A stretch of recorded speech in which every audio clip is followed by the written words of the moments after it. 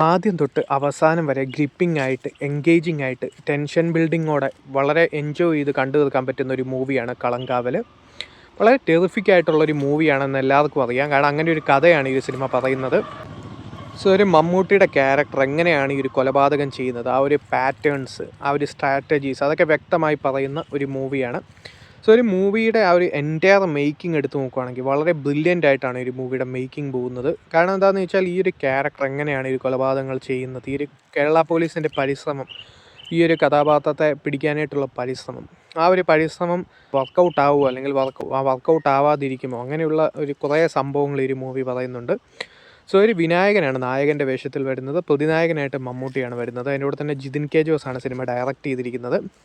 So ഓരോ ക്യാരക്ടേഴ്സും ഈ ഒരു മൂവിയിൽ വരുന്ന അത്യാവശ്യം നല്ല ഗംഭീര പെർഫോമൻസാണ് തന്നിരിക്കുന്നത്. അതിൽ വിനായകനാണെങ്കിലും മമ്മൂട്ടിയാണെങ്കിലും ജിവിൻ ഗോപിനാഥ് ആണെങ്കിലും എല്ലാവരും തന്നെ അവരവരുടെ റോൾ വളരെ കിടിലനായിട്ടാണ് ചെയ്തിരിക്കുന്നത്. എടുത്തു പറയേണ്ടത് ഇതിൽ ഈ ഒരു മമ്മൂട്ടിയുടെ പെർഫോമൻസാണ്. കാരണം ഈ ഒരു ക്യാരക്ടർ അങ്ങനെ ഒരു കഥാപാത്രമാണ്. സോ ഇത്രയും പെൺകുട്ടികളെ പറ്റിച്ച് കൊലപ്പെടുത്തുന്ന ഈ ഒരു കഥാപാത്രം, ആ ഒരു കഥാപാത്രം സബ്റ്റലായിട്ട് വളരെ ഗംഭീരമായിട്ടാണ് ആ ഒരു ഔട്ട്പുട്ട് വന്നിരിക്കുന്നത്. അത് സിനിമയുടെ ഒരു മേജർ ഹൈലൈറ്റ് ആണ്.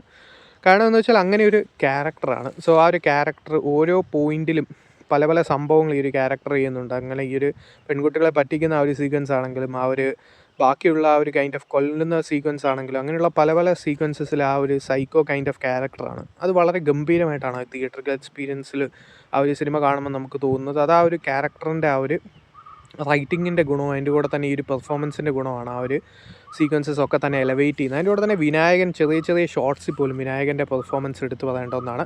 അതിൻ്റെ കൂടെ തന്നെ ജിതിൻ കെ ജോസിൻ്റെ ഡയറക്ഷൻ, ആ ഒരു ടെൻഷൻ ബിൽഡിംഗ് ആണെങ്കിലും ബാക്കിയുള്ള ആ ഒരു എൻഗേജിങ് ആയിട്ടുള്ള നറേഷൻ ആണെങ്കിലും എല്ലാത്തിലും തന്നെ അത്യാവശ്യം നല്ലൊരു എഫക്റ്റ് കിട്ടുന്നുണ്ട്. സോ അതിപ്പോൾ മ്യൂസിക്, ബാക്ക്ഗ്രൗണ്ട് സ്കോർ ആണെങ്കിലും ബാക്കിയുള്ള സംഭവങ്ങളാണെങ്കിലും ഒക്കെ തന്നെ സിനിമയുടെ മേക്കിംഗ് എടുത്ത് പറയേണ്ട ഒന്നാണ്.